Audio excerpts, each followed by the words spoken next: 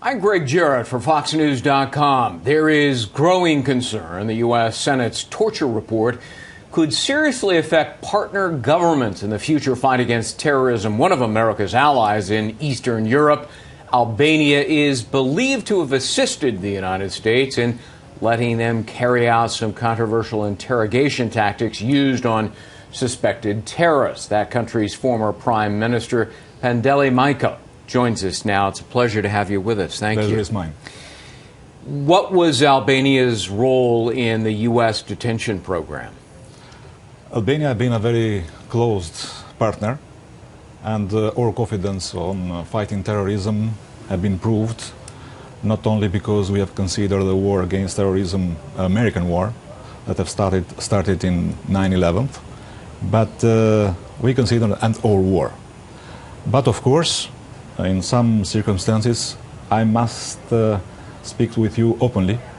Not only Albania, but I think all allies of United States have been unprepared in such new conditions for the new war, for the war against terrorism. New rules, new engagement, right. New situation, war without cliches that we are known with the other conflicts before, and of course in such circumstances we have collaborated with the U.S. government and U.S. Army and intelligence service CIA with full confidence for different kind of operations. Was Albania involved in the interrogation itself of terrorists? Of course, we have been involved in operations that have been specified with official requests from different kind of institutions, and first of all from the Embassy of United States in Tirana. But this is not to say that we are very caring about, maybe we are afraid or not from different kind of facts that are published from the last report in Senate. Right. I must say openly that this new war, the war of our time, the war against terrorism, is very important. I must repeat that this is not an American war that has started in 9/11. This is a war of our time. And in such new circumstances, we have done our job. And based on trust, confidence, and in our collective security that function between members of NATO. Are you concerned or worried, though? I must say something, a detail, that I understand that in such conditions that a report have declared different kind of facts, problems, circumstances, I will repeat the fact that we have been unprepared for such a new war. And in such conditions, I understand very well that we must have and we must take lessons from different mistakes. Right. I can't imagine a war without mistakes. Right. But, of course, to deal with these mistakes, to change rules step by step, it's another thing. And to publish such facts, this is another thing. All right, well, let me get to that. Are you worried or concerned about making this report public?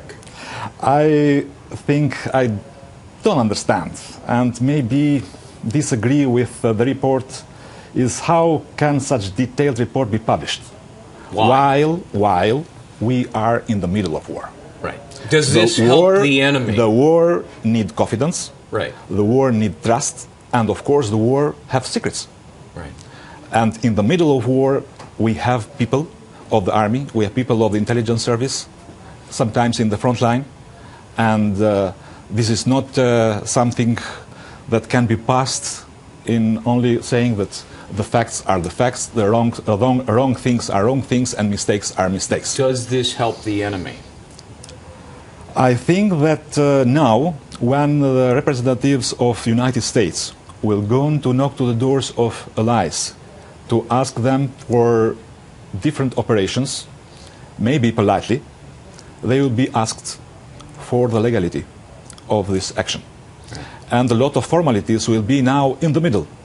And I think that we must care a lot about what we are producing with such a controversial report, where from one side the President of the United States say something different, and the Director of CIA say something different. John Brennan. We are speaking for a report where are not involved other parts that are involved on detailed report on such a thing. And let me to say something.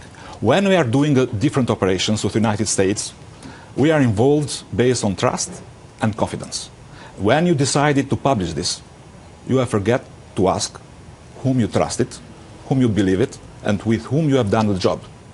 And I think that this is very important to be explained in front of the American public. Right. This is a different war. This is not the war that we have seen in the movie. This is not the war that we think that we know.